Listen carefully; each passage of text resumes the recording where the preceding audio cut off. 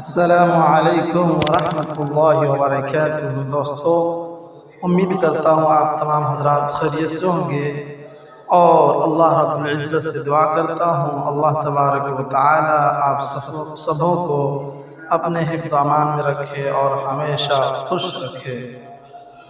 تو آئیے آپ حضرات کے سامنے ایک واقعہ پیش کرنے جا رہا ہوں، گھڑی کیسے تلاش کریں۔ کسان اور گھڑی کا واقعہ۔ کسان سے کام کرتے ہوئے بھوسے کے ڈھیر میں گھڑی کھو گئی۔ یہ کوئی قیمتی گھڑی نہ تھی، لیکن اس کی جذباتی قیمت بہت زیادہ تھی، کیونکہ یہ کسان کو اس کے والد مرحوم کا تحفہ تھا۔ کسان بھوسے کے ڈھیر میں گھڑی ڈھونڈنے لگا، لیکن یہ کوئی آسان کام نہ تھا۔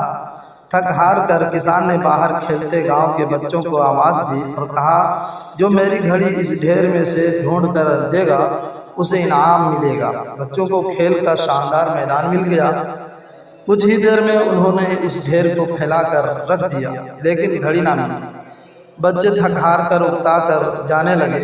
کسان بھی مایوس ہو گیا اور گودام کا دروازہ بند کرنے لگا تو ایک بچے نے کہا، مجھے بس ایک چانس دے دو۔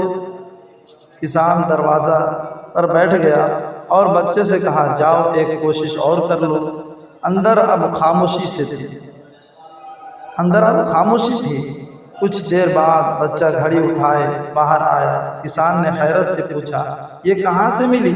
بچے نے کہا، میں نے اس دفعہ گھڑی نہیں ڈھونڈی، بلکہ خاموشی سے بیٹھ کر اس کی ٹک ٹک سنی، پھر جس طرف سے آواز آئی اسی سمت گیا اور یہ بھوسے میں مل گئی۔ انہوں نے کیا کہا کہ بلکہ میں خاموشی سے بیٹھ کر اس کی ٹک ٹک سنی، پھر جس طرف سے آواز آئی اسی سمت گیا اور یہ بھوسے میں مل گئی۔ اسی طرح ایک اور واقعہ ہے۔ ایک سنگ تراش سے کسی نے پوچھا، تم ایک پتھریلی چٹان میں سے ایک خوبصورت مجسمہ کیسے تخلیق کر لیتے ہو، بنا لیتے ہو؟ سنگ تراش نے کہا، خوبصورتی تو اس میں ہوتی ہے، میں تو بس اس چٹان سے فالتو اور غیر ضروری حصے الگ کرتا ہوں۔ ہماری خوشیاں بھی ہمارے اندر ہوتی ہے، ہمیں بس ان پر چھائی فالتو اور غیر ضروری تفکرات کا گرد و غبار صاف کرنا ہوتا ہے۔ یہ سب ایک پرسکون دماغ کا کھیل ہے۔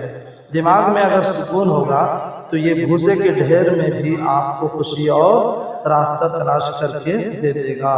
اللہ رب العزت سے دعا کریں، اللہ رب العزت ہم سبوں کو پرسکون زندگی گزارنے اور ہم سبوں کے دماغ کو پرسکون عطا فرمائے۔ آمین یا رب العالمین۔